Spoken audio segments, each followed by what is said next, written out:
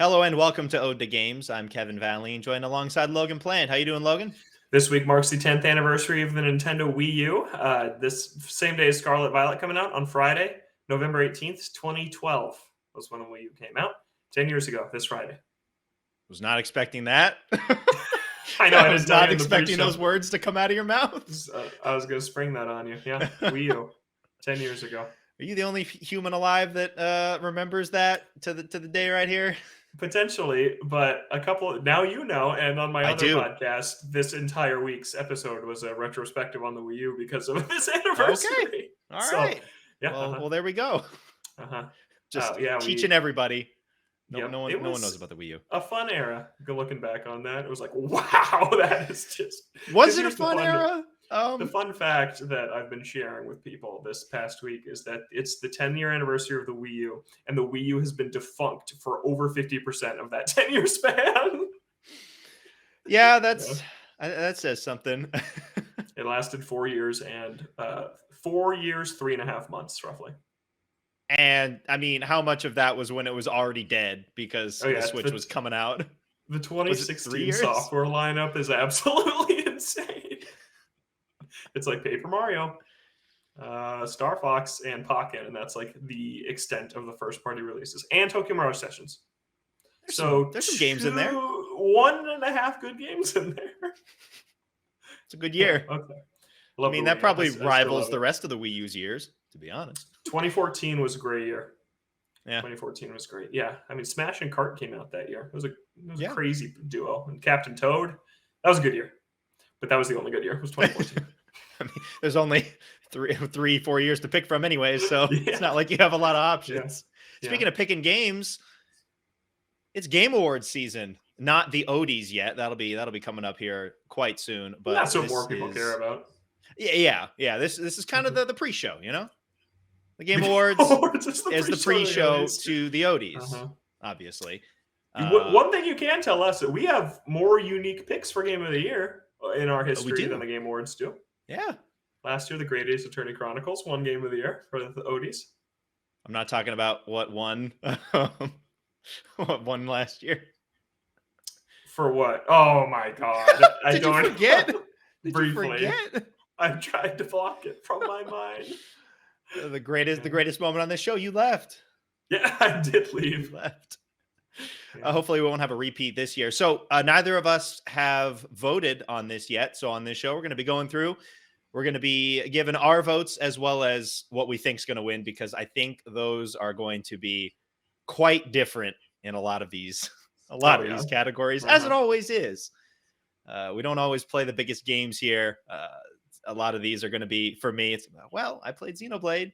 There's Horizon. And then, but we'll see. So why don't we jump into the votes here, starting it right off. We've got Game of the Year. So our options here, we have A Plague Tale Requiem, Elden Ring, God of War Ragnarok, Horizon Forbidden West, Stray, and Xenoblade Chronicles 3. First off, my vote, I got to go with Xenoblade 3. I only played 2 of these, Horizon Forbidden West. I like Horizon Forbidden West more than you do, Logan, but it is definitely not my Game of the Year, especially on this list of games. Xenoblade is blowing it out of the water right now. I'm just going to say it. I think Splatoon 3 should have gotten a nomination for this. It is like, I don't know, it is such a complete package. Its single player is great. Its multiplayer is amazing. Everybody that plays it really, really likes it. I kind of thought it was going to get a nomination, but no, here we are with all the third-person cinematic games. I'm happy Xenoblade got in there. That was surprising. Yeah, that's a surprise. To see that. Yeah. But I really think Splatoon 3 is a Game of the Year quality game. But I guess that's just not the genre that always gets these things. And I don't know. I'm not going to play God of War, by the way. I wanted to make that declaration this week on the show. Ever? No, I don't think I care.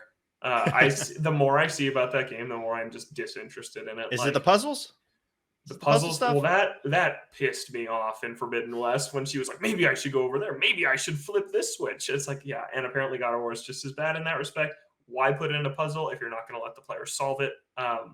And then there was this thread on Twitter that had a lot of traction. I don't know if you saw this one, but basically talking about how sick this person was of the narrative, sad story, basically the Naughty Dog formula stamped onto other games. And I love Naughty Dog games, but I don't want every game to be a Naughty Dog game, right? Like I love Uncharted, The Last of Us, other Sony studios that try to replicate that same thing. It just I don't need that everywhere I go. And we've talked about this a lot. That's just what PlayStation's kind of become. Yeah, they've Yeah. really leaned heavily into that. That's a lot of their lineup, really. Yeah, and so when I see like these climbing sections, like where the climbing is like from handhold to handhold, and there's like just telling you like world building while they're doing that, I'm like, I've done that so many times. That's not what's interesting me right now in games at all. So all that to say, I'm voting for Xenoblade. I love Elden It's a Ring. good pick.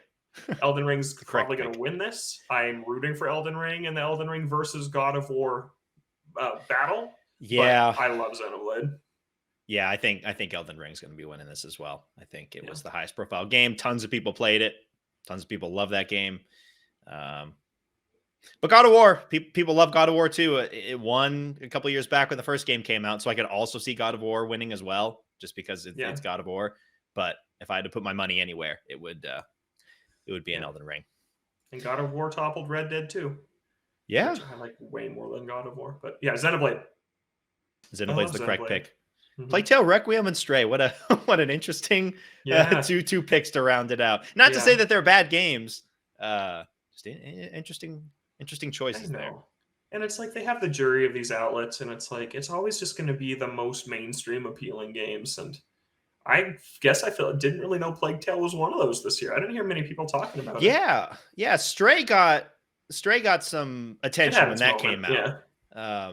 I don't remember Plague Tale getting much of anything. When did that even come out? October, not that long ago. I think. That's not a good sign. If it was recent, I don't remember it. Yeah. Okay. If only they waited a month. Should we move on? You could put Sports Story on there. I just messed up. It took me to my profile. How do I? Did you not hit next category? Oh, there's that. Okay, yeah, now I did. All right. So in the next category, we've got Best Game Direction, Elden Ring, God of War Ragnarok, Horizon Forbidden West, and Stray are all in there again. And we have Immortality. I feel bad saying I don't know what that is. Immortality is an indie darling of the year. It's kind of like it's very close to a movie experience. It's this. I don't know a ton about it, but people were freaking out when it came out, saying it's like super unique. It's something I want to play. I just haven't. Right. It's like this. It stars like this actress who stars in like 3 very different movie roles, and you like follow her in each of those roles. It sounds interesting. All right. I think for this one, I'll throw the vote to Elden Ring because its open world is really, really amazing to me, and it has those just vibes of exploration that are super cool, super hard to pull off. I think Horizon Forbidden West has legitimately the worst game direction of any game I played this year. Hey, God of War Ragnarok probably has something similar. For being honest here, they all kind of meld together. But Elden Ring, I'm voting for. Yeah, I think I'm voting for Elden Ring, and I also think that Elden Ring will probably win this as well. But God of War here as well. Moving on to the next category, we've got Best Narrative. All right, let's run through the same games again. Plague Tale, Requiem, Elden Ring, God of War Ragnarok, Horizon Forbidden West, and Immortality. I'm going for Immortality based on what I know about it for this one.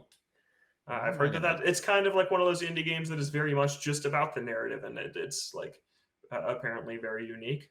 And so, I did not like the Horizon narrative. Sorry, no offense to anyone that likes Horizon or work on it. Just wasn't for me. God of War didn't play. Elden Ring. How was Elden Ring's narrative? What was it? That's kind of the hot topic online right now. Is like, but you have to do extra digging to kind of find it. But what's there is cool. But within the game, or not even within the game? No, it's in the game, but like for all FromSoft games, you basically have to watch lore YouTube videos that people piece together to understand anything that's going on. So I'm voting for Immortality. I like to throw the votes at the indies every so often in this process. Yeah, I'll go for that. I have not played any of these, so. Except Horizon. You played Horizon? I did play Horizon. You're right. I liked the original Horizon story a lot. Forbidden West, not as much. Yeah. Oh my gosh, I'm seeing the same thumbnails on it. Best Art Direction, Elden Ring, God of War, Horizon Forbidden West, Scorn, there's a new one, and Stray. I really like how Elden Ring looked, actually. I'm voting for that. Super creative, dark. I thought about Stray. Stray is very cute. I like how it looks. But I went to Elden Ring. I'm going to go with Stray. Love cats. Nice. It looked cute. I Nice. do still want to play it at some point. And I'll give Stray a vote Cool. in some of these categories because it feels like it's going to keep on coming back up. Best art direction. What are you thinking is going to win? You think Elden Ring will win this one as well? I could see, yeah, probably. I think Elden Ring's going to clean up in pretty much anything it's nominated in. Yeah, I kind of get that feeling. Yeah. Yeah. That one I don't hate. Like sometimes I'm like, ugh, the popular game's just gonna win everything. This is a year where I'm like, yeah, it probably deserves it. It is an amazing game. I just didn't finish it. Yeah. Next category: best score and music. Plague Tale Requiem, Elden Ring, God of War Ragnarok, Metal Hellsinger, and Xenoblade Chronicles 3 is back. Ew. Xenoblade. Love Xenoblade's I'm over music. Xenoblade. Always do. Xenoblade Chronicles 3 is no exception. I really hope Xenoblade wins this. I think its music is outstanding. I'm gonna predict that it will. I'm gonna say it's gonna win this. How was Elden Ring's score? It's cool. It's very atmospheric. Like some people prefer that. Like people really love like Breath of the Wild soundtrack that's like that, and like Elden Ring. But I'm more understated type of thing. Yeah, I'm much more a fan of like Xenoblade, where it has overworld themes and really amazing battle themes and things like that. And Xenoblade nails all of it really well, where it's like super chill, beautiful overworld songs, and then extremely hype rock and electronic boss battles. I love that music. It's awesome. Yeah, they always nail the feeling of all these different areas with their different music. And then, man, when you fight like the special fights throughout the game, just the rare enemies and stuff, and that extra music kicks in. It's like, oh, this is good. This fight's gonna be good. I hope Xenoblade wins. I feel like it's got a really good shot. I'm gonna say it will. Next, we've got best audio design. Call of Duty Modern Warfare 2. All right. Elden Ring, God of War Ragnarok, Gran Turismo 7, and Horizon Forbidden West. Shout out to Gran Turismo. It's in this one. Yeah. This is one that I thought Halo Infinite should have been nominated for. Because remember, it came out late last year, and it has really cool audio design with its weapons and things like that. So I thought it would show up, but people just forget about December games. When the Game Awards roll around, they don't really count. So, yeah. Well, that's the gray area because you look back and it's not this year because it's not. But the way that they do these things, they do it before the end of the year. It's like, well, what are you going to do? I don't know what to vote for here, man. Yeah. You've always got some of these areas where it's like I have not played any of these or I've played one and I don't think it's really deserving of this category. All right, I'm voting for Horizon on this one because the machines are very cool and the audio design has a lot to do with that. So I'll throw Horizon a bone on this one. I'll just throw into Elden Ring. I think it's all right. Clean up on stuff as you said earlier. Next category, we've got best performance. Horizon Forbidden West, we've got Ashley Birch. A Plague Tale Requiem, Charlotte McBurney. God of War Ragnarok, Christopher Judge. Immortality, Manon Gage. And God of War Ragnarok, oh boy, Sunny Soljic? Yeah, that's Atreus. Okay. Yeah. I am voting for Christopher Judge. That's what I was going to do as well. Win in 2018, so I'll throw him a vote this year. He's probably going to win it. Yeah. I think he does a great job in that. Next category, we've got games for impact, thought-provoking, or have a pro-social meaning or message.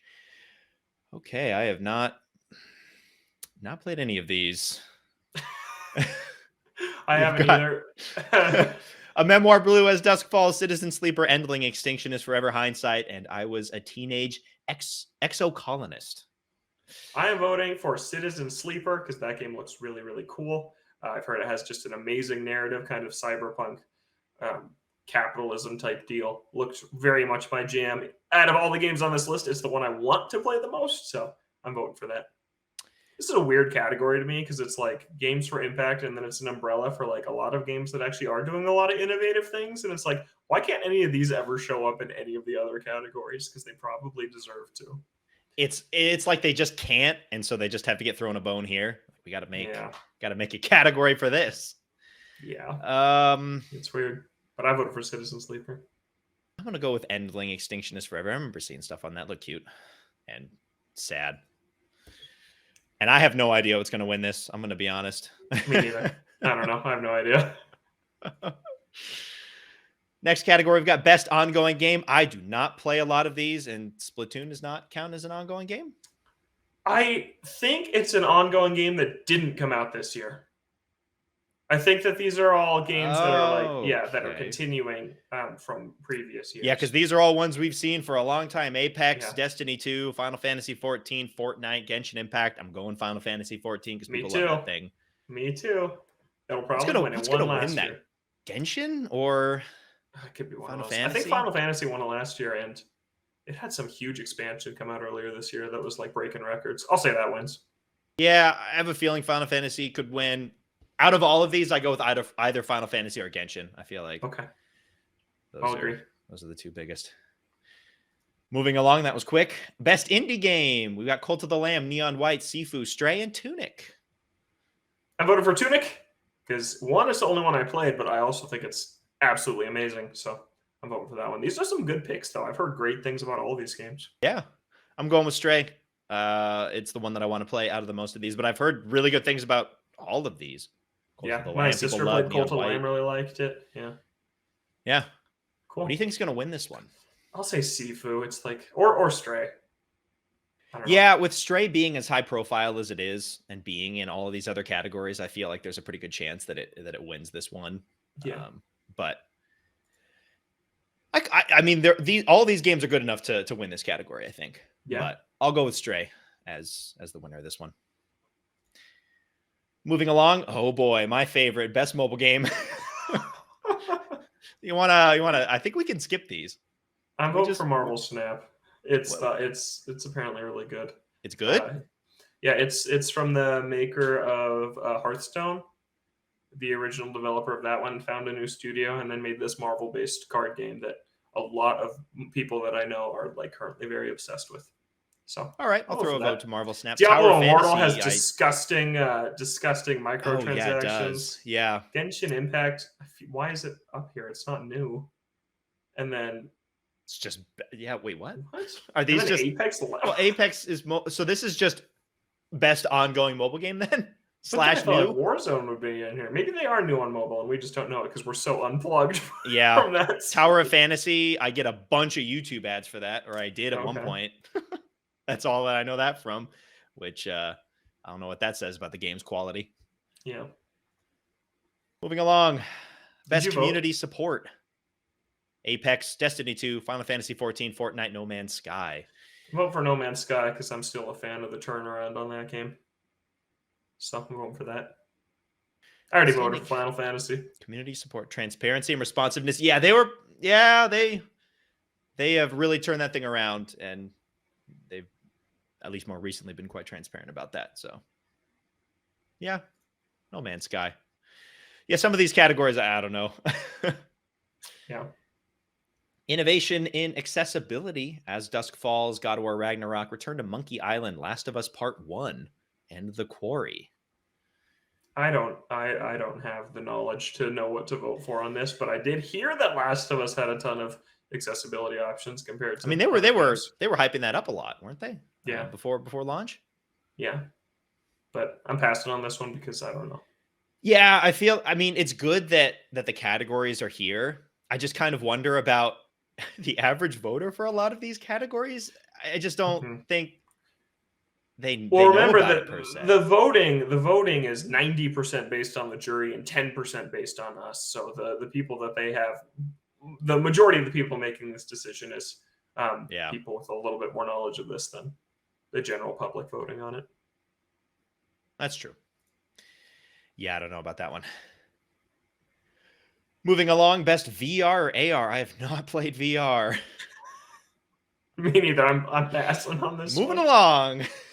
Best action game. All right. Bayonetta 3, Modern Warfare 2, Neon White, Sifu, and Teenage Mutant Ninja Turtles, Shredder's Revenge. Ooh. I'm going to throw this one to Neon White. People love that game. When that came out. I feel like out of all these, people really like the combat in Bayonetta 3. So I feel like that could win this. But I don't know. Yeah, I'm going to vote for Bayonetta. I'll vote for Bayonetta. That game had that had all that pre-release drama, but then came out the other side of it. So yeah, I'll vote for that game. It's like of the stuff that people didn't like about Bayonetta 3, the combat did not seem to be one of them. So yep. If we're just talking about best action game and its gameplay, what a weird category where you have like a brawler, a shooter, an action game. Neon White is like a first-person card-based shooter, and then seafood. That's a weird category. I mean, they're all pretty general, you know. Yeah. We take some liberties with the genres that some of these games get put into. Yes, we do. Next up, best action adventure. We've got Plague Tale, Requiem, God of War, Ragnarok, Horizon Forbidden West, Stray, and Tunic. I'm voting for Tunic. And I think God of War will win. I got to put Horizon for something. Yeah. I enjoyed it well enough at the time. Yeah, God of War is going to win this. Yeah. I feel pretty confident in that. Best role-playing game. Here we go. I have played some of these. 4 Switch exclusives, Live and Elden Ring. Pokemon Legends Arceus, Triangle Strategy, and Xenoblade 3. I'm going with Xenoblade 3. I really did like Arceus a lot for what it did. But I think Xenoblade 3 is just the more overall polished and well-rounded game. I think Me too. It deserves it over that. I liked Live Alive well enough, but the ending kind of lost it for me a little bit. And Xenoblade is just really, really top class RPG. Finding it hard to put it down. Probably going to play it some more after this. I got to get back to it. I've been distracted by something else. So. Oh, and you got another thing coming up soon, so. I know, yeah. Good luck. Yeah. But also shout out Triangle Strategy. My sister played that game and really loved it. It's her it's her runner-up right now for her favorite games this year. Her favorite game this year is Pokemon. So, yeah, this is her category. She also played Live Alive.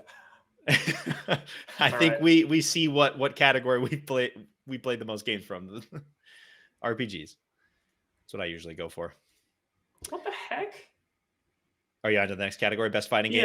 Yeah. All right. We've got DNF Duel, JoJo's Bizarre Adventure, All-Star Battle R, King of Fighters, Multiversus, and Sifu. Sifu is not a fighting game. Yeah, this is head-to-head combat in the sense that it's head-to-head between two human players? Yeah, that's what it should be, but Sifu is a single-player game. Did they just not have another selection? Game. Like, did they just not have a fifth game? That's terrible. Huh, what are you going for here? I'm going with Multiversus because Shaggy's on here. I am also going with Multiversus. I'm very, very highbrow at that pick. It's the only one I've played, so. Well, you actually played it. Yeah, it was fine. What do you think is going to win? Oh, it's the Nintendo category. King of Fighters probably is going to win that. I think that's highest profile here. Yeah, probably. Best family game. Here we go. It's Lego and Nintendo.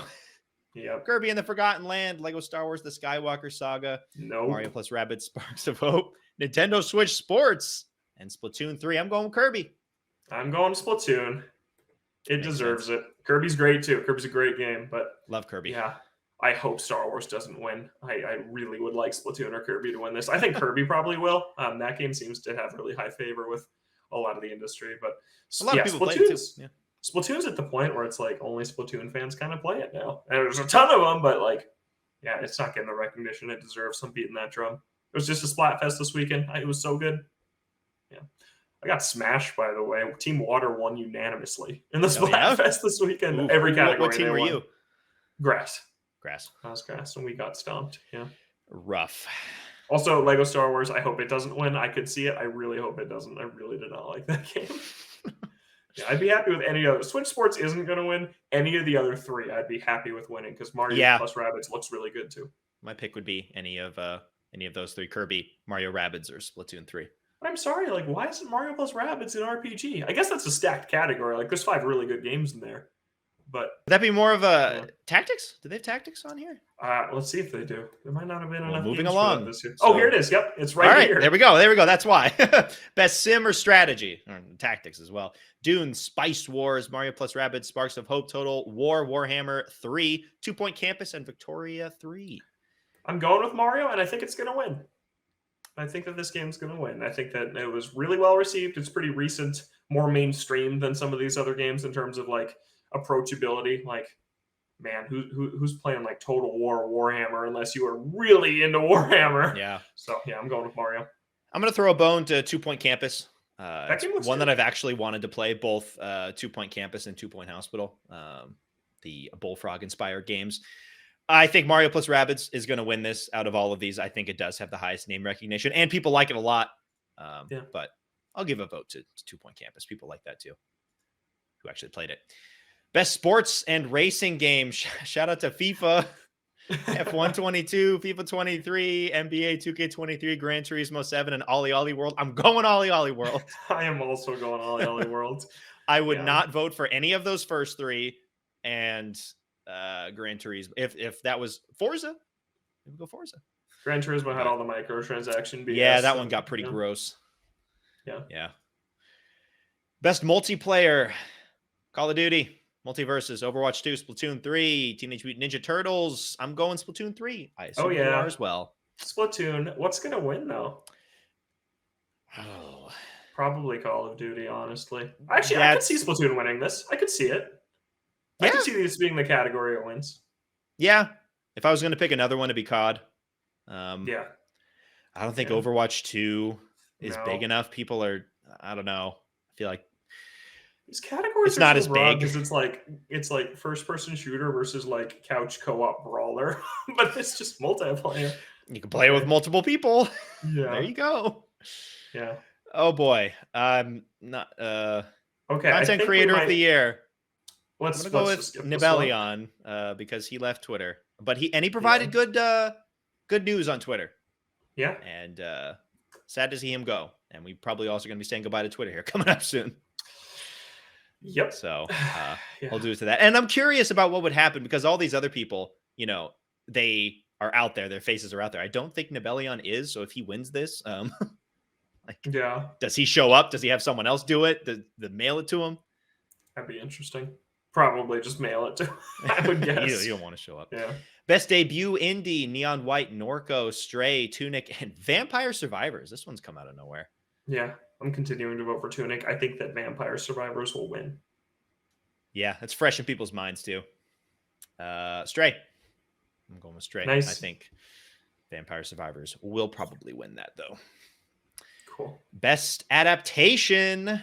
Here we go. Arcane League of Legends, Cyberpunk Edge Runners, The Cuphead Show, Sonic the Hedgehog 2, and Uncharted. Uncharted is not my pick. I'm going to go with Sonic 2. Nice. Arcane is going to win this. People love that show. Yeah. But people love Edge Runners throw too. A vote to Cuphead. I think a ton of fans are going to vote for Sonic. The Cuphead show is awesome. If you haven't watched it, it's on Netflix. It's really, really good. It feels like a classic cartoon. It's just not about watching it. It's great. I think Edge Runners could win this too. People love Edge Runners. Yeah. I think it's going to be one of those first two. But yeah, Sonic's great. Cuphead is great. Uncharted was a movie that I watched. It was a movie that I saw. I mean, it was a movie. I didn't hate it. Yeah. And that's all I'll say on that. Most anticipated game: Final Fantasy 16, Hogwarts Legacy, Resident Evil 4, Starfield, and Zelda: Tears of the Kingdom. I'm gonna go Zelda. What I'm voting for. Yeah. But shout out to Resident Evil. I think Zelda's going to win this, by the way. Yeah. I think it's going to win over Starfield. I would probably put second. But yeah, I think that's pretty safe. A safe bet. There's a lot of questions about Starfield. Like the footage did not look great that they showed. Bethesda's had a bumpy track record as of late, but yeah. Well, Zelda, it's a proven series, and with Starfield, this is their first new IP, really. So there's a lot that they have to prove with Starfield. That doesn't mean it's not anticipated, but I think that you can more safely be anticipated for Zelda than Starfield. Yeah. Moving here towards the end, best esports game. Oh boy, I have nothing on this. I do not watch esports at all. Yeah, I'm not voting on that one. Me neither. Best esports athlete. I think that we might be done. Best esports team. Nope. And best esports coach. No. Best esports event. I'm voting for Evo on best esports event because that was a really fun event this year. They made a lot of cool announcements at Evo, and I think that Evo just lends itself to a casual audience. There's so many games, and it's more accessible to watch like just two people fighting each other rather than like, okay, what is happening in like a game of League of Legends? Like I can't tune into that and understand what's going on. But I think EVO was just a great event. I think it was really, really cool this year. All right. So I'll vote for EVO. Now, do we have to press That's anything it. to get these in? No, Or do they're we in have to? every time you vote. Yeah, we're Okay, good. cool. Yeah, All we're right. good. There's our votes. And we'll see how that all goes. The major takeaway: we didn't play a lot of those games. The major this takeaway, year. I hope that Xenoblade 3 wins some stuff because it Yep. is very well deserving. But I think that this is how it goes with a lot of these shows, is that we just don't play a bunch of these. I mean, Mhm. it's near impossible if you're not like in the industry playing all of these new games because either you have to or because you have some sort of incentive. I feel like it's really hard to play all of these games to be able to make a very well-educated decision on every single one of these categories. Yeah. But even still, there's a lot of games that I don't play. I played every game in the family category because that's just the Nintendo category, pretty much. Yeah. Yeah. Yeah. It's a little weird to me. I don't know. The only Nintendo games that I feel like can ever make a break to the bigger awards are like Mario and Zelda. I guess Metroid was a Game of the Year nominee last year. Yeah. And Xenoblade is this year. But there's just like I really feel like Splatoon was snubbed on some of this stuff. It's like that game is incredible. I feel like for a lot of these, you look at something like a movie awards thing. I feel like it's a lot easier to formulate opinions on that with a wider range of movies, because if you missed something, you can sit down for 2 hours, watch the movie, Yeah. and you're done. If you're like, man, I don't know, did Xenoblade 3 really win that, or like something else? I'm gonna go play 100 to 150 hours of this game to make a good decision before my vote. It's just so Yeah. much harder than say sit down, watch a movie or two, and then you're done. And then like we complain about like the Game of the Year nominees, but you if you think about the behind the scenes process, it's really easy to piece together.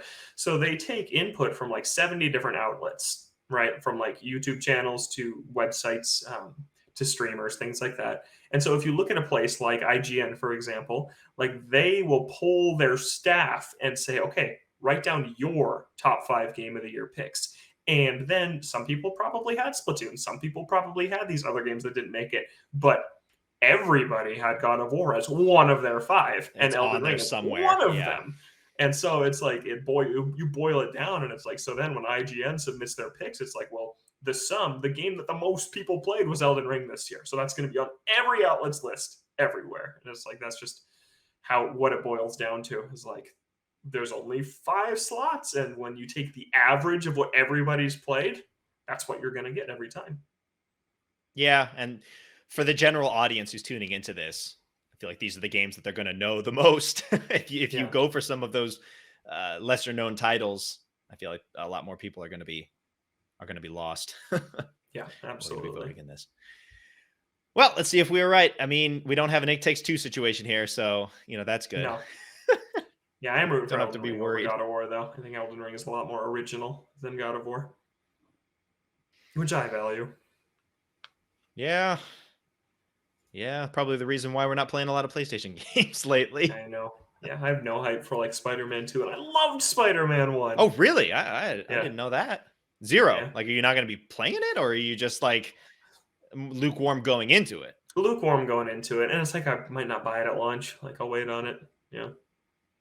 I mean, maybe if you don't play any of these PlayStation games until Spider-Man comes out, it's like, oh, okay. Yeah. But I'll be playing like Star Wars, which is kind of similar, but that game I'm still very excited for. And Final Fantasy I'm looking forward to. So, but yeah, Spider-Man, I don't know, Miles Morales or something about it, or I'm like, I played the first Spider-Man. I know what the Spider-Man games are now. And then Miles Morales was very good, but in a lot of ways more of the same. And I'm like, Spider-Man 2 is probably just going to be like Horizon and God of War both were this year, more of the same, but bigger and prettier. And that's not what's interesting me right now. What's interesting me right now is super janky Sonic platforming in an open zone environment. Well, because with it's the worst different, right? It's way different. Yeah, it's a lot different. Yeah, it's easy to take for granted, like in the Switch library, just how wide-ranging it is with a bunch of different stuff that you can play. You can ignore a whole category of the library and still have a bunch of stuff to play. Whereas with PlayStation recently, it's if you like these games, you are going to be eaten real well. If you don't, sorry. Yeah, I'm sorry. Yeah. Yeah. Yep. All right, let's get into the news. Now that we're done with the Game Awards, it's not the true Game Awards. Of course, the ODs are when the true winners are They're crowned. coming up. But What's going for to win, now, Kevin? we'll set it with the Game Awards. Xenoblade. I think it's pretty clear what's going to win. Unless you play Sonic. And I don't think I'm playing Sonic before we do that OD show. I do not think Yeah. I have the time, unfortunately. Yeah. Man, I have a hard time awarding a Game of the Year award to something that we're not close to finishing. So we'll see. I put in almost 40 hours into that. Yeah. Yeah, but what if its second half is just terrible? I don't think it's it gonna will be. Yeah. Yeah. You think we'll have time to play Sports Story? I was thinking about Sports Story. Depends on when it comes out in December. Yep. Because we don't know. It depends. If it's like December 1, I'm dropping everything to play that. If it's like December 20th, I don't think we're going to get it done in time. I mean, I'll still drop everything to play it, but I don't think I'll have enough time to get through it before. Yeah. We might need to do an emergency postponement of the ODs if Sports Story drops. Because it could just rocket up the list. It wouldn't be the true OD list if we don't have our actual games of the year on there. Yep. All right, anyways, we'll be getting to that in a couple of weeks. Let's get into a couple bits of news. Not a whole lot going on. Witcher 3, the current gen version, this thing got delayed. We've been waiting a while. It's coming out on December 14th. Now, I'm not going to be playing it right away, but once they announced that they were going to do a full new upgraded version for current generation consoles, I was feeling like, all right, if I'm ever going to hop back into The Witcher 3, this is the time to play it. And so now that it's coming out, whenever I do get that itch to try it again and hop back in, I'm going to be playing it on this version. I'm looking forward to some improvements whenever I get around to it. I don't know when that's going to be, but it'll be nice to have a better version to play it. Yep, I'm with you. This is one I'm interested in too. I tried to play it a little bit on PS4, but I was just holding out for this patch. So yeah, I'm happy it's coming. This looks like a really cool game that I think we'll both probably like a lot.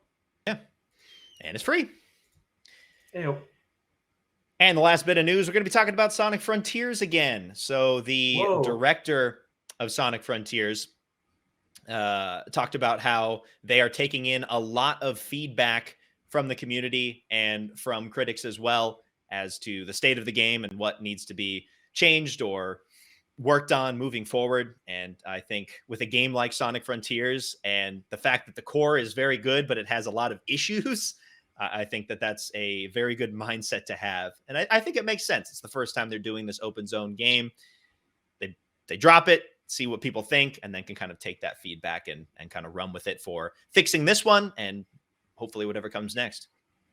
Yeah, I'm excited about that. Last week is what I said is that it's one of my favorite things about this game is that it's the first one like this, and they're only hopefully going to get better from here. I don't think we're in a situation where Sonic Team is going to totally abandon what they've done and start from scratch again. I think that I just hope that they avoid the noise because there's been a lot of negative pushback on this game, but Sonic will always face that. I hope that they listen to the people that like this game about what needs to be fixed because I love this game, but I recognize a lot that needs to be fixed. So I just hope that they're listening to the right people and ignoring the people that just hate this game. Then it's not for well, because there's a certain subset of people who I just don't think are ever going to really like a true Sonic game. Like if they change Sonic enough to appeal to that group, I think one, it's not really going to be Sonic anymore, and two, you're going to lose such a large part of the fan base that doesn't really make any sense. I think you have to be fine with the fact that there's going to be a group of people that just won't like the games. And I feel like that group of people should also be fine knowing that, oh, there's a new Sonic game out. I'm not going to like it. That's fine. And move on. Yeah. I think any game is like that. I think so too. Like Sonic just always gets magnified negative toxicity because it's the popular thing for people to do online.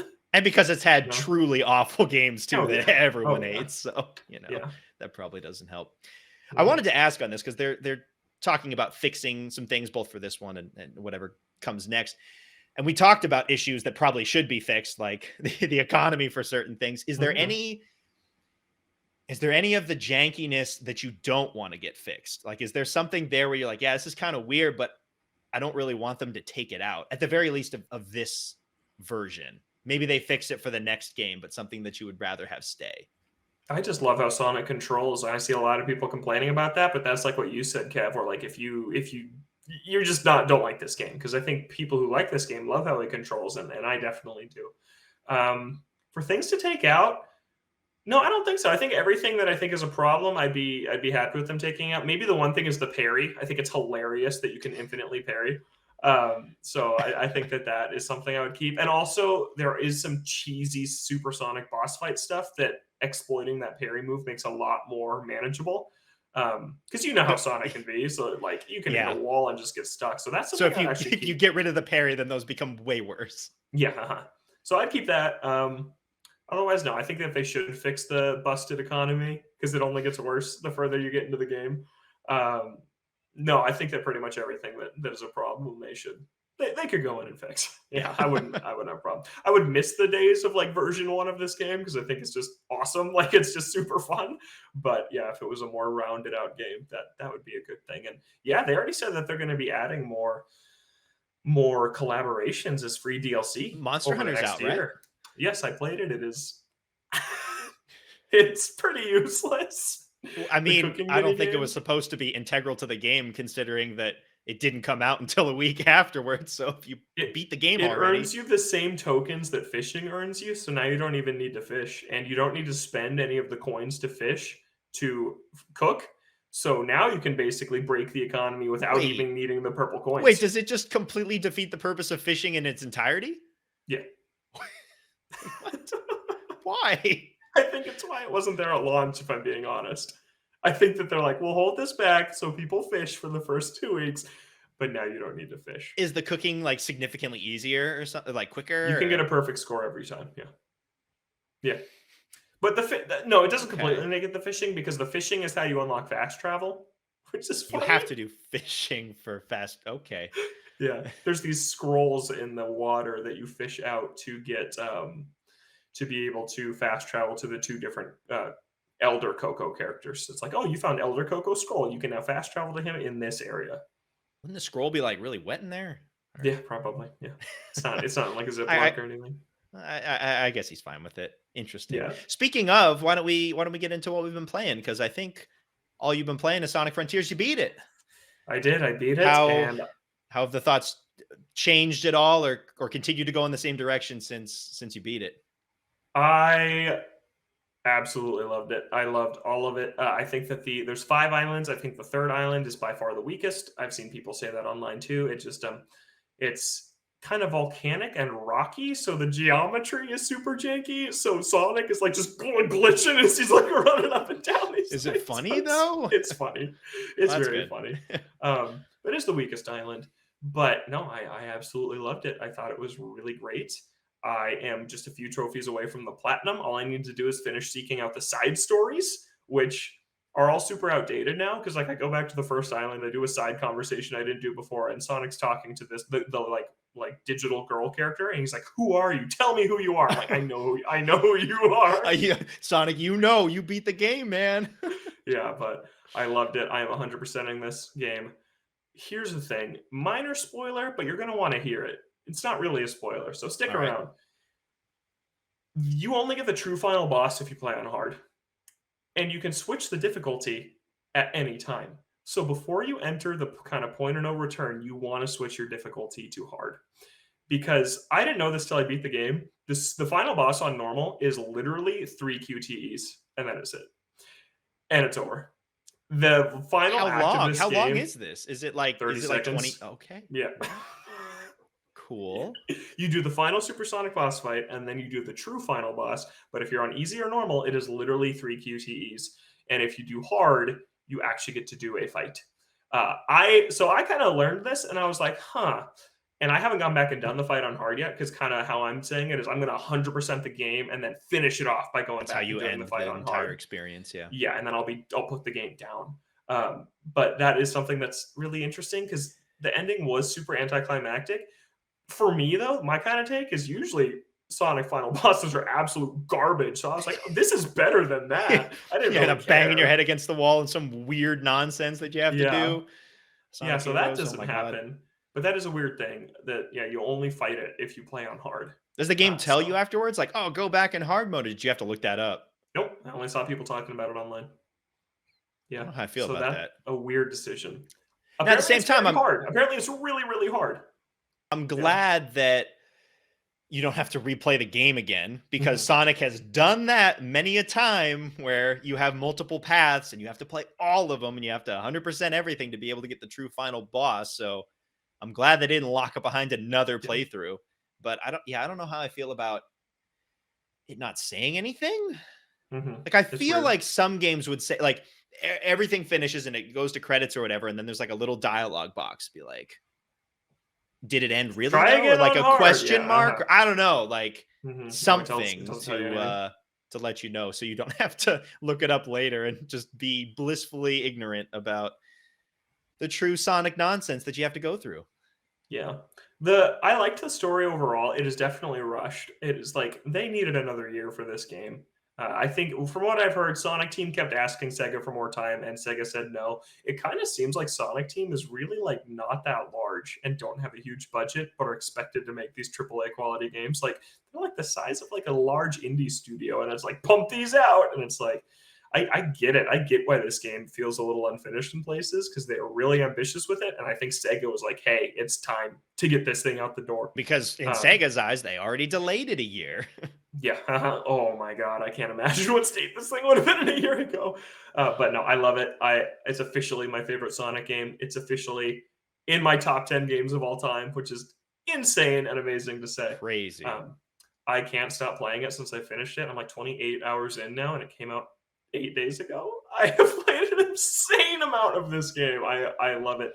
I played like 10 minutes of Xenoblade 3, and this is something I'm gonna have to shake. I was like, God, the character just moves so slow now. Like he is just crawling across the map. It As is it's just just normal movement speed. yeah, I'm sure I'll get used to it again, but that's how it feels right now. But I'm doing everything in this game. Currently, I'm working on S ranking all the stages. Then I'm going to finish off that side quests to get the side quest to get the platinum. And then after I get the platinum, I'm going to go do the final boss. And then if I ever get the urge to play this again, I can go off and do just collect all the memory tokens scattered in each map because there's literally hundreds I have left that I have not gotten. So if I ever just want to live in that world for a little bit, I'll just go and do that. But yeah, I'm doing literally everything in this game. I 100% of all the fishing zones. I'm not only am I getting S rank, I'm completing all the achievements for each level, which is like find all the red rings, finish with this number of rings, and get S rank. Those are the three things you have to do. So yeah, I'm squeezing every ounce I can out of this game because it's awesome. Oh, and I did the thing where I had to talk to the guy to get to level 99 on my rings and my Oh speed. no. Did you just Yeah, like I listened is to a it podcast and just is it as simple as pressing A? Like you don't have there's not like a different button you have to press for something else? Like it is yeah, just the same button? you Or have to scroll down because the first option is no thanks. So you have to scroll down and then why is the first one no thanks? If yeah. I talk to the guy, if I went to him and talked to him, it's probably because I wanted to do the thing. Yeah. It's so that is something I really hope they fix. That is something where it's like just let you level up as much as you can. Yeah, it's just that's hilariously broken. But yeah, so I fought all the enemy types, all the bosses. There's some super cool bosses on the fourth island. I had to choose one achievement because you have to activate Phantom Rush 50 times, which is this combo mode you get into when if you like get enough hits in a row really fast, you eventually hit this Phantom Rush because you had a really good combo. But eventually, when you level up your strength all the way, which is really easy to do because of the broken economy, Yeah. you're too strong to get to Phantom Rush because you kill everything before you unlock that Oh, super good combo. So I looked up this video online of this guy's like, hey, this happens to everyone. Here's how you get it. And it you go happens to to everyone. you go to one of the bosses in the first world who's this like it's the tall neck looking one. And the tall neck you have to climb and then attack its head, but its base you're invincible because you're like underneath it, where its attacks don't go. You're like in its shaded area, and its base you can attack, but it does no damage. So I just sat there and got to Phantom Rush like 30 times on this thing until that trophy popped, and it was super funny. How long does it take to activate Phantom Rush? Like 10 seconds. So it took Okay. like 5 minutes Okay. to do this. That's not Yeah. too bad. I thought Yeah, this I was had more like this.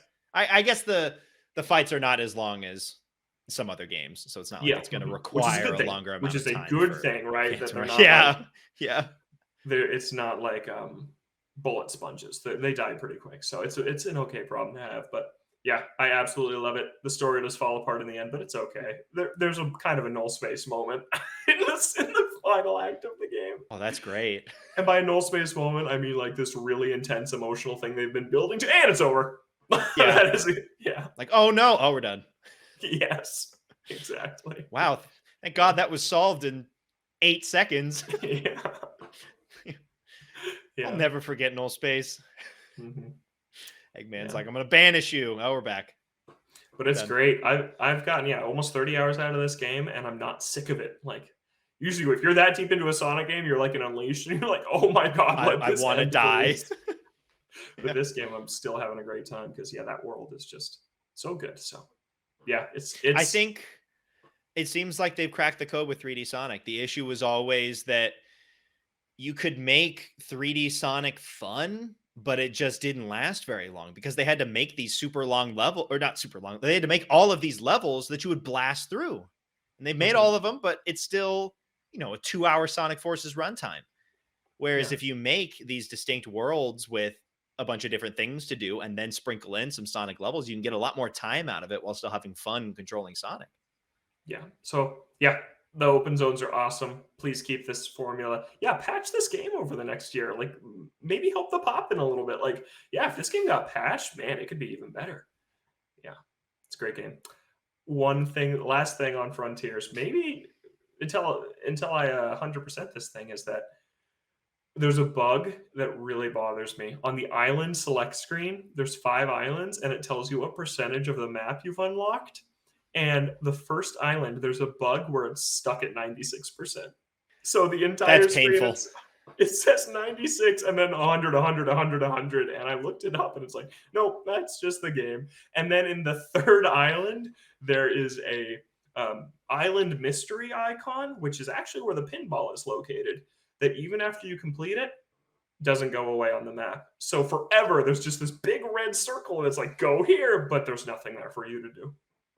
So those 2 bugs, I hope that they get fixed because it's just like I'm clearing this map of everything. Those are always, super bothersome. Yeah. It's like not having the last piece of a puzzle where it's like, well, I finished it, but it doesn't Does look satisfying. Yeah, you can't show it off. Yeah. 100%. What's this 96? Just trust Yeah. me. Yeah, Okay, it's a bug. I did everything, I swear. Yeah. Yeah. But just amazing game. You should play it, Kev. It is awesome. It's so much fun. Definitely want to try and get around to it next year. I think Yeah. this year Xenoblade and whenever Sports Story drops, like boom, that's it. Mhm. But next year I hope to give this game a shot. It already dropped in price. Yes, it did. $39 on PS5. Yep. I'm a little surprised that they didn't wait until Black Friday because it was within like a week or two Yeah. of Black Friday. But for anyone that waited a little bit, could hop in at a cheaper price.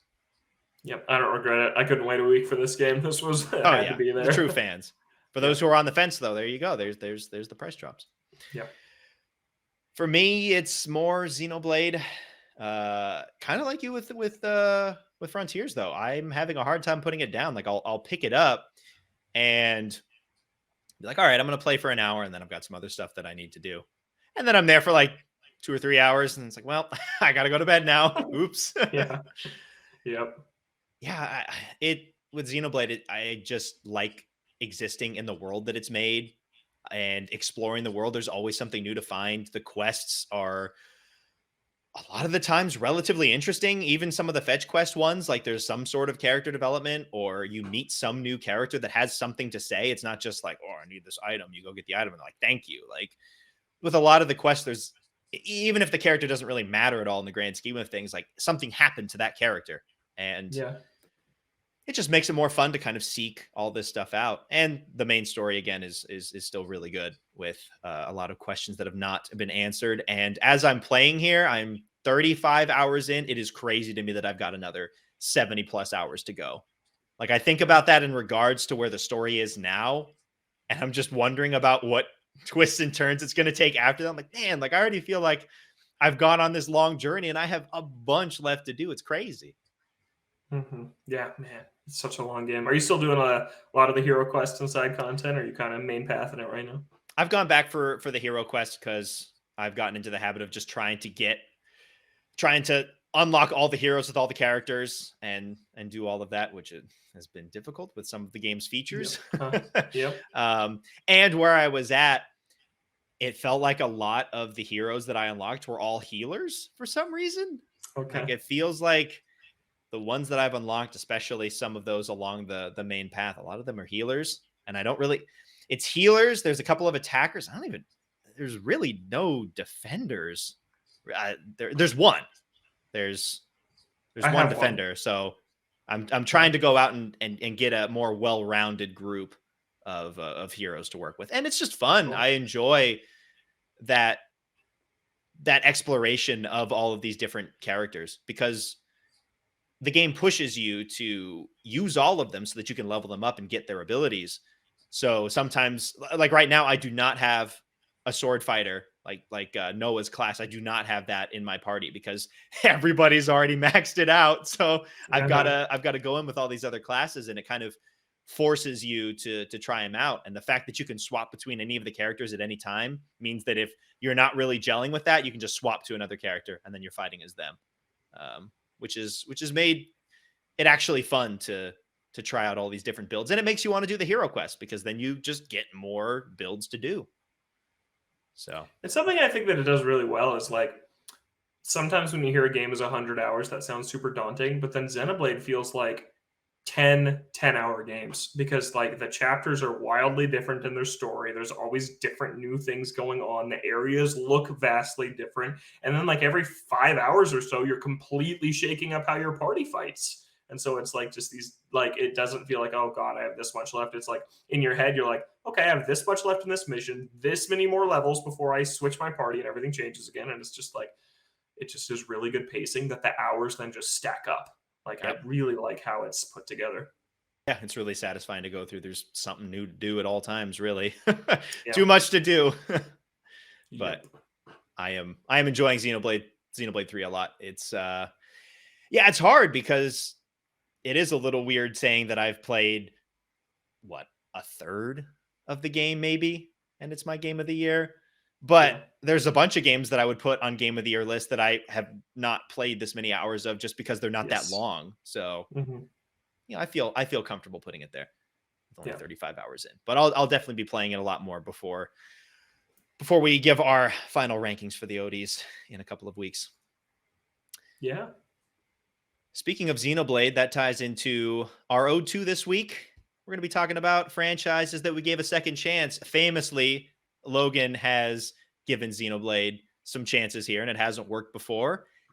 And it finally clicked with Xenoblade 3. And This now is you're a its fan. third chance. This is the series' third chance, and it finally clicked. Yeah, I tried with X on Wii U and then Definitive Edition on Switch, and now 3 here, and it finally clicked. And I'm so glad it did because, yeah, I'm just having an amazing time with this. I had a great chance to win my game of the year until Sonic until Sonic came along. It's a better game than Sonic, but I like Sonic more. But yeah, it is just awesome. We've talked about it so much on the show. It's like, and it's not just like, okay, it finally clicked. It's like, no, it changed a lot of things that I Yeah. didn't like about my previous experiences to the point where I'm like, am I going to go back? Like, probably not. I don't know. We'll see. I want to, but I also don't know if I'll probably like it a little more just because I know how much I like the third one and be able to kind of deal with some of its issues more, but I'm not sure. Yeah, as someone who has played Xenoblade 1, 2, Torna, and 3, I think that Xenoblade 3 is the most well-rounded in terms of just playing the game and all of its systems working together. I think looking when you played it originally with Xenoblade, it had those little things that I look back on now, like the gems and having to craft each individual gem for different characters. And it Mhm. didn't feel weird. Like, it was just that was kind of normal. You just made items for characters and then they would hold the item and then you needed another item for a different character. Like, in my head, that made sense. But like the system now where you just make the gem and they all can use it, I look back at Xenoblade 1, I'm like, this is so much better in Xenoblade 3 Yeah. than it is here. It doesn't Yeah. mean that it's impossible to go back, but I think certain areas it'll be a little bit hard to kind of gel with after playing 3. Yeah. I have to ask, when you're looking through some of these games and a series that you would want to give a second or third chance, what kind of goes into that opinion? Does it depend on maybe I didn't get burned as hard from the previous games, or is there a certain thing you see in a trailer where you think that this one is going to be significantly better? What goes into the decision to hop back in and give it another shot? Obviously, it Really, a probably changes lot. based on the games, but For a lot of it, actually, for me, is I listen to a few different video game podcasts, and there's people and personalities on these that love pretty much everything I do, and then these other things that I can't get into. And I'm like, man, we line up in so many ways. I want to give this a try because there's clearly something there that this person whose opinion I largely agree with and respect in cases where I don't. I'm like, there's got to be something here. So like the next one on my list is Metroid, and like most hardcore Nintendo fans love Metroid, and it's just something I never really got. And then Dread is the one where it finally was like, yes, I get it. I love this game. And in this case, this has been one where I've been able to go back and appreciate some of the other games a little bit more, like playing Metroid Prime on GameCube. And I'm like, yeah, I really like this game, appreciate how it's put together. But I didn't really like Super Metroid when I tried it. I liked Zero Mission enough, but then Dread is a game I love. So yeah, it's just a matter of like finding the right one. And for me, Metroid, it was always just how Samus felt, and then in Dread, she finally feels really good to control. So that's the thing where I'm like, yeah, this. It also I can see from the pre-release stuff where I'm like, my main problem with Metroid is combat. Combat in Dread looks really cool, and then it was, and once that piece fell into place, everything else did too. okay, yeah, How about makes you? sense. Yeah, I think some of it comes from people's opinions that I value. Um, I think that can be kind of hard though, because sometimes I value somebody's opinion, but I don't know if we align on this specific thing. But Yeah, maybe I'll go in and try it anyways because they do really like it. And sometimes that works and sometimes that doesn't. Um, but I think it's important not to write off any series ever. I think that there's always a chance to go back in and try it again. Maybe it's a different stage in your life. Maybe it's expectations. Like the first one on my list was is Yakuza. That original time that I tried it out, Yakuza 5, everything I read was GTA meets Japan. I was like, wow, that sounds super cool. And it is not a GTA game at all. yeah, And if you go in with those expectations, then it's going to disappoint you. But if you go in with different expectations, then it'll probably surprise you in a bunch of different ways. So I think that if you think back to where you were at or what you were expecting going into a certain game, and then a couple years down the line, you go back in with a different perspective, I think things could change with a certain series or game. yeah, yeah. Yakuza. I can't believe you didn't like it at first, but I makes I sense. can't either. Yeah. What other games you got on your list here? Monster Hunter, kind of. I tried some demos for Monster Hunter back in the 3DS days, and then we picked up World and put it down. So coming back to that a year later, kind of felt like giving it a second Yeah, chance. I guess that's true. We did put it down for a while. Yeah, a full year pretty much because we came back around to it in like May of 2019 after putting it down in like May of 2018, and that was one where I was just like, Monster Hunter World was one where people are saying this is the new start for the series, and that's kind of a point where you're like, okay, well maybe the things I didn't like have changed. On one of those examples, and in Monster Hunter World's case, it's very true, where it's like, I can't go back. I tried to play Generations after pouring hundreds of hours into World. I still don't like it because the things that World changed really click with me. And then, yeah, Rise has carried that tradition of the series on. But yeah, that's something I tried demos of, put it down, picked back up, put it down, and then picked it up and never put it down again. Like once it finally settled in and clicked. And that was one where I just really liked the idea of it. I think the monster designs were really, really cool. And again, some people I know were just like love Monster Hunter, and it's like, all right, I want to try and figure out what makes this series tick. And that one just has a tough learning curve. And once you reach the top of it, it's like super satisfying, but extremely overwhelming when you're on the outside looking in of everything you have to know in that game. Yeah, especially if you don't have help either. If you're just going in Yep. blind and trying to figure Yeah. things out. Yeah. It never clicked for me. And I wish it did to an extent, but I also feel like I don't think I had the time for that. I think it could be something that Mhm. if I hop back in at another point where I have more time to sit down and play with a group like you and Zach, then I think I could get into it. I think You're also when just you not the have person that pours hundreds of hours into one single game, except Stardew Valley. That's the except one game Stardew. you do it with. But um, otherwise, you like to keep it moving. yeah, I think it's on that. Yeah, I do. There are games that I play for 100 hours, like Persona 5 and Xenoblade games that take up a bunch of time, but ongoing games not as much for Yeah. me. On the idea of people saying that this is the good jumping in point, I think those are you gotta keep an eye out for those, but it's not a guarantee that you're gonna like it. Yeah. Because even if it's the correct jumping in point for new players, maybe that game just does not vibe for you, you know. Like God of War 2018. Like God of War. Was that really? I mean, I guess from that original, but Mhm. that's just a reboot, I think. Yeah. Reboots in general, I feel like R8 are maybe not the perfect jumping in point, but a jumping in point because it's entirely new Yeah. from that initial series. I put down Legend of Zelda a couple of times before getting back into Breath of the Wild, and I think that was because it fundamentally changed how Zelda games are played. I tried Skyward Sword when that came out on Wii. I left Skyloft and got to the first area and I think put it down. Like I did not play that game for very long. I tried Wind Waker and I also put that down within the first dungeon or two. And I tried Breath of That's the one you Wild. gotta go back to. That's one that when if it comes to Switch, like yeah, Skyward Sword, yeah, I get it. But Wind Waker, like man, there's a lot of cool stuff there. I've tried. I'd be willing to give it a Yeah. shot again if they bring Wind Waker and Twilight Princess to Switch. I'd be willing to give it another shot. But I don't know. I think after playing Breath of the Wild and seeing how it clicked with me, just the world and the way that both combat and its different systems and functions work with, you being able to use like cryo and time stopping and being able to just explore around this world.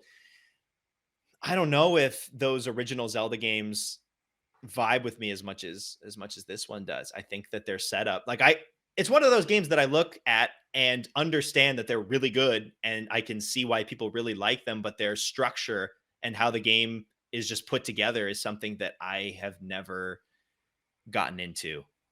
Maybe it's something that I can go back within a number of years and my taste will have changed, but I've tried I traditional just think Zelda a like for couple of terms of times. like exploration, which I know you love exploration, like Wind Waker has that. Like you never know kind of what It's island you're true. going to next. And like of all of them, like yeah, if you don't like the formula, you're not gonna really like any of them. But Wind Waker's the one that like is almost the most similar to Breath of the Wild, pre Breath of the Wild. Just like and for that game being 20 years old, it's amazing what they did with it.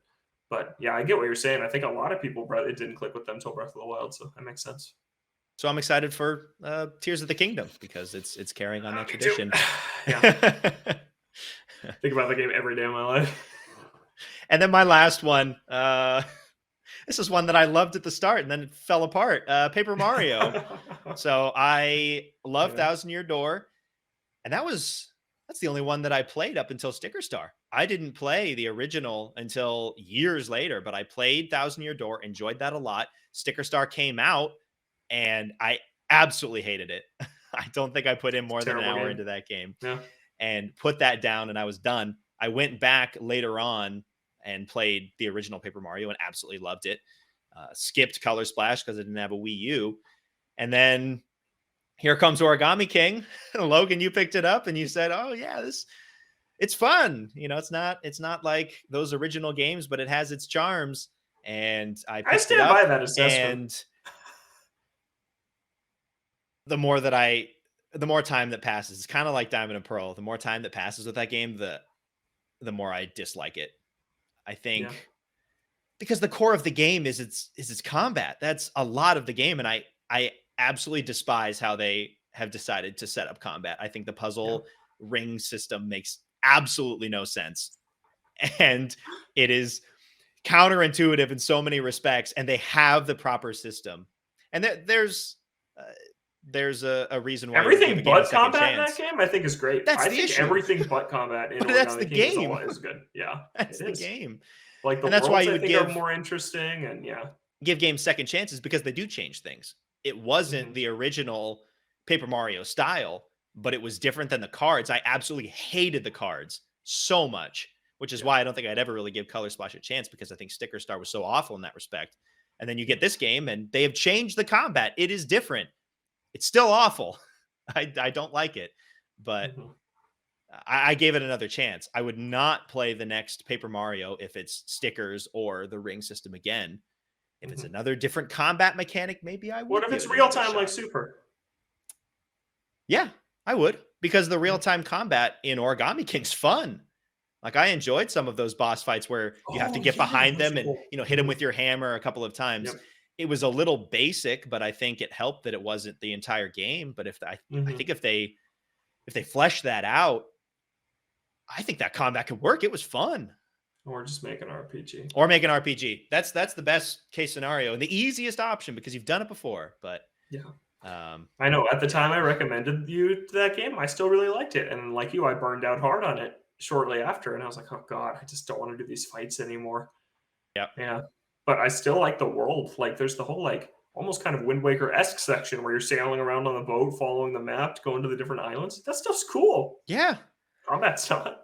It's just that you have to slog through this awful combat system to get to those points. And at the Yeah. start, it's fun enough that it kind of picks up the rest of the game, but you get partway through and it's just so much harder to to do that because you've already experienced that. Like, they have new areas in the world, but you've already kind of experienced that exploration and figuring out these new things that it makes it a lot harder to keep going when that combat is still the same. Hasn't changed. It's still bad.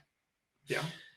But if they change it again or go back to RPG, I would hop back in.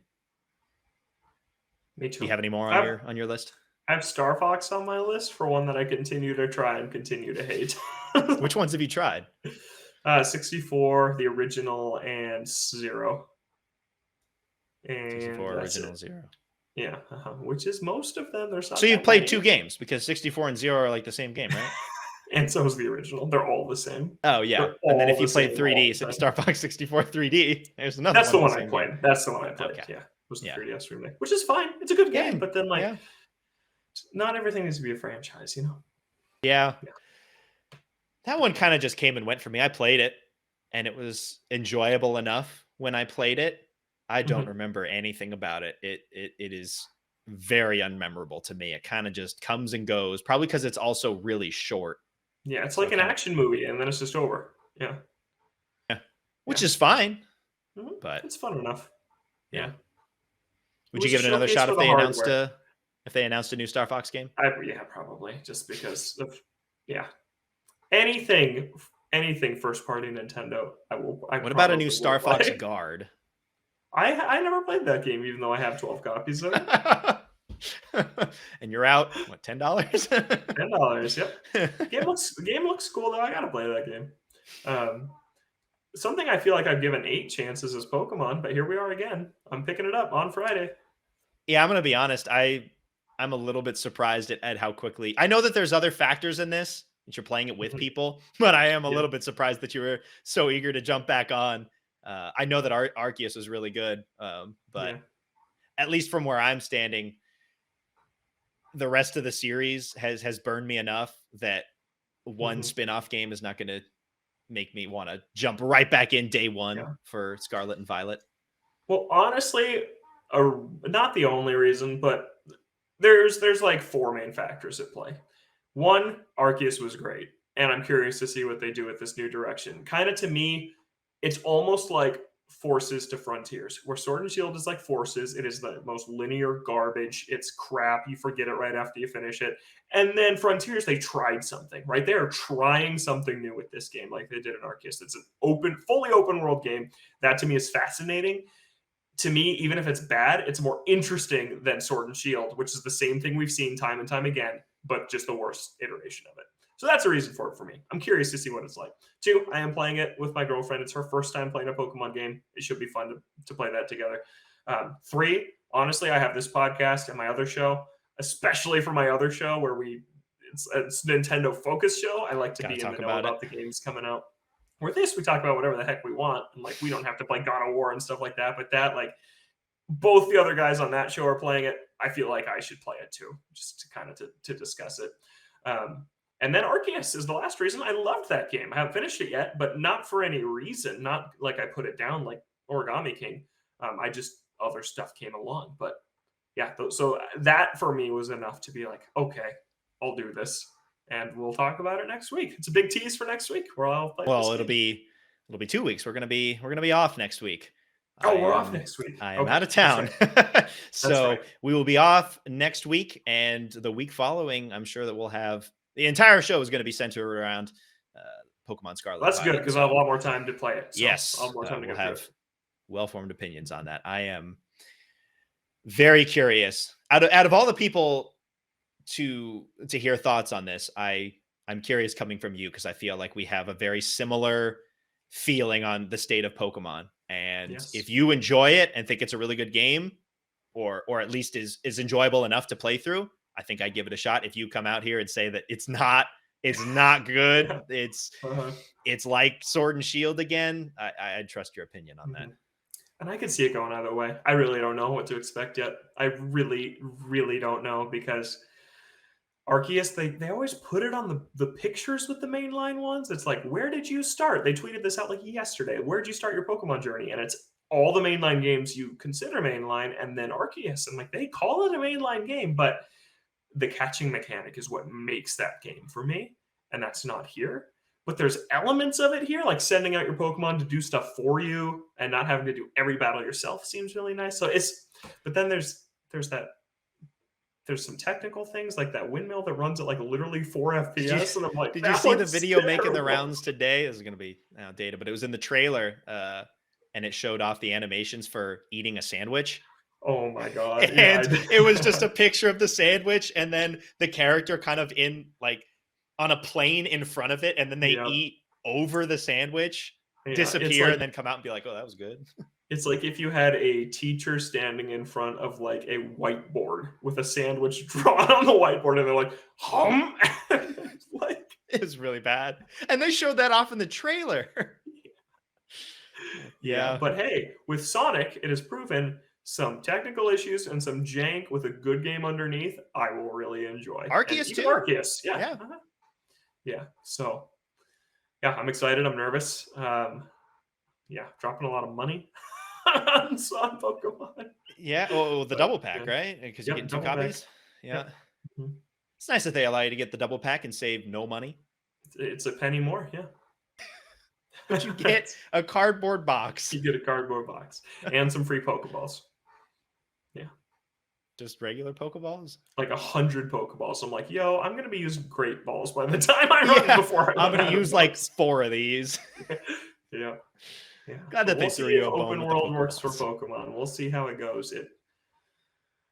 I could see it being an absolute disaster. I could see it being a really good surprise. I think it will be more worth the money than Sword and Shield. Oh, I can put it that way. Because Yeah. it is different, it'll be more worth the time and money than Sword and Shield. I think that's a safe Yeah. assessment. Sword and And Shield's a even pretty Sun low and Moon. bar. I hated that game. I hated Sun and Moon. But I liked X and Y more than most people.